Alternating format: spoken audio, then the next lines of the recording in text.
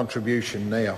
Mr Chair, thank you, Mr Chair, for having this leave, and thank you to the opposition for granting me the opportunity to speak in this debate on the Hawke's Bay District Health Board.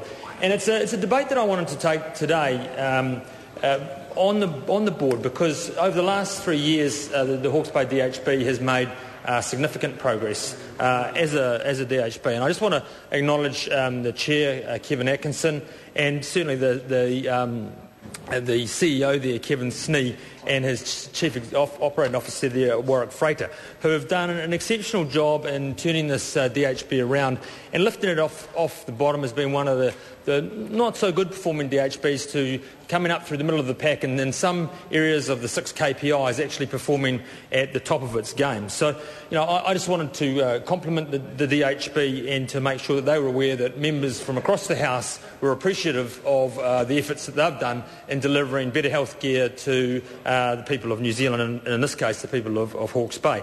But just, Mr Chair, the Hawke's Bay DHB's received, spends around about $418 million into the Hawke's Bay area each year, and that covers right up to Wairoa, Mahia, and further south to central Hawke's Bay. Received another $33 million in budget 2010 and 11, which has actually enhanced its ability to deliver.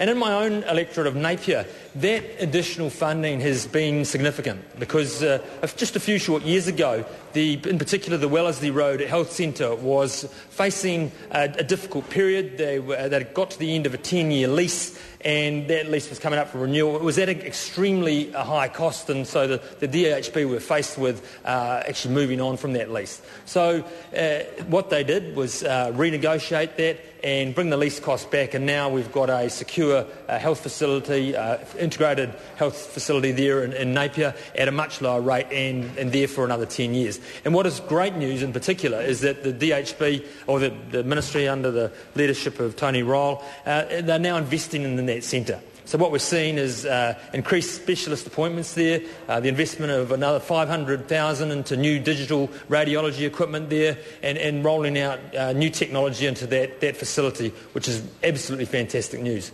Up in Wairoa, they've had issues in attracting doctors to that area, so the voluntary bonding scheme is certainly helping there. But in particular, what we've done up there, what Kevin Snee and his team have done, is merging some of the GP practices together into the old hospital facility up there, integrating it into an integrated family health centre there, again bringing the X-ray into that facility, and again, once again making a far more practical and sustainable facility for the people of Wairoa going forward.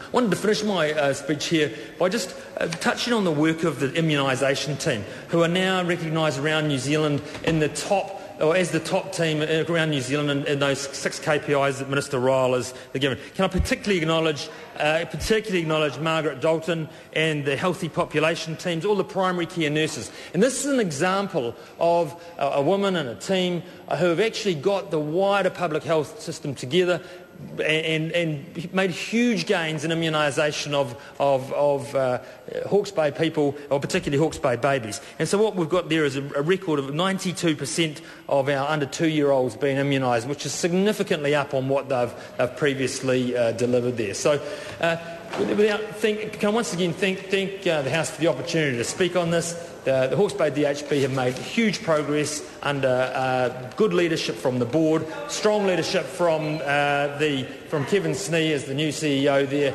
and I'm proud that DHB is delivering fantastic services for my community. Thank you, Mr Chair.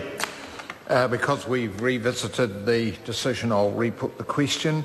And the question is that the Health Committee report on the 2019 financial review of the Hawke's Bay District Health Board be noted. Those for that opinion will say aye.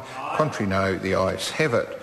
We move now to the debate on Meridian Energy, and the question is that the report of the Commerce Committee on the 2019 financial review of Meridian Energy be noted. Mr Chairman. Honourable David Parker. Thank you, Mr Chairman. Meridian Energy is, of course,